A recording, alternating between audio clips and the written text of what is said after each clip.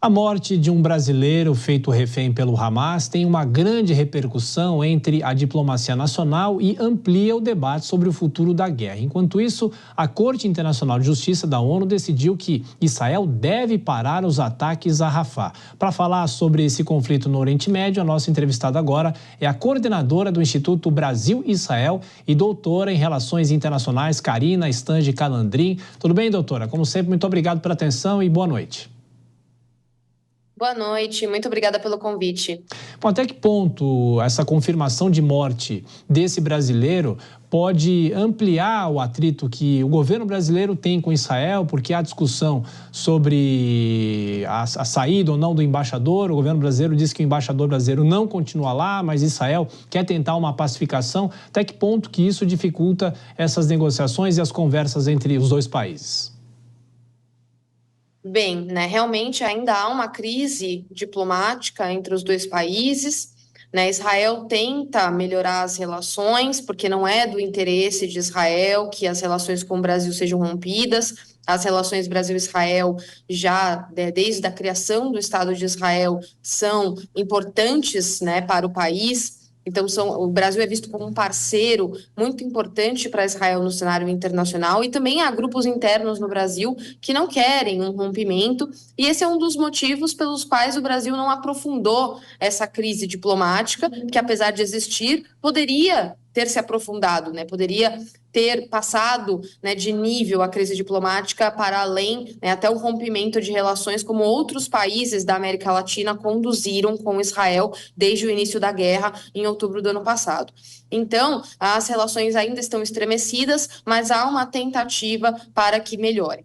O problema é que a confirmação da morte, de um brasileiro, que também é israelense, que foi sequestrado pelo Hamas no dia 7 de outubro, piora um pouco a situação, no sentido, de que, apesar da nota do presidente Lula, o presidente Lula expressou, lamentou, a morte, desse brasileiro, e também expressou, condolências, tinha já se reunido com a família anteriormente, mas há, uma sensação de que o governo brasileiro poderia ter agido como um mediador de uma maneira um pouco mais enfática, isso porque a diplomacia brasileira sempre busca esse espaço de mediação e sempre busca ser, esse mediador no cenário internacional. Então, poderia ter feito mais, essa sensação que fica para muitos israelenses e até mesmo muitos judeus no Brasil, de que o governo brasileiro poderia ter usado mais da sua posição como mediador para tentar o resgate deste brasileiro que estava sequestrado na faixa de Gaza. E, doutor, esse posicionamento da Corte Internacional, a gente sabe que na prática não vale praticamente nada, porque não terá interferência nas decisões que Israel toma, mas até que ponto isso pressiona Israel e também a discussão, a negociação de paz que é tão aguardada?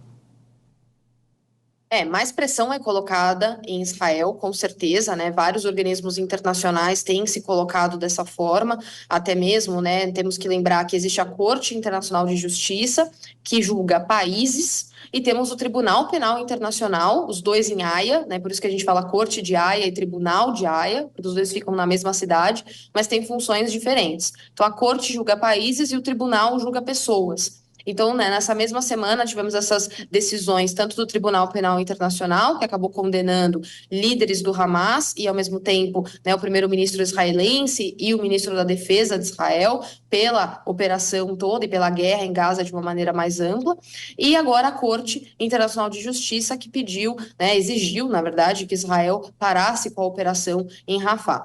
Mas, como você bem pontuou, Israel é um Estado soberano, então não há uma forma, de impedir que isso aconteça de uma maneira mais objetiva. Mas coloca mais pressão, e temos que lembrar que a África do Sul, denunciou Israel na Corte Internacional por genocídio, e essa denúncia foi acatada pela Corte. O julgamento ainda não aconteceu, então não há ainda, de fato, uma decisão sobre esse julgamento, mas demonstra que a Corte, está preocupada com a questão, e isso pode contribuir negativamente para Israel neste julgamento. E só mais uma colocação sobre um possível cessar-fogo.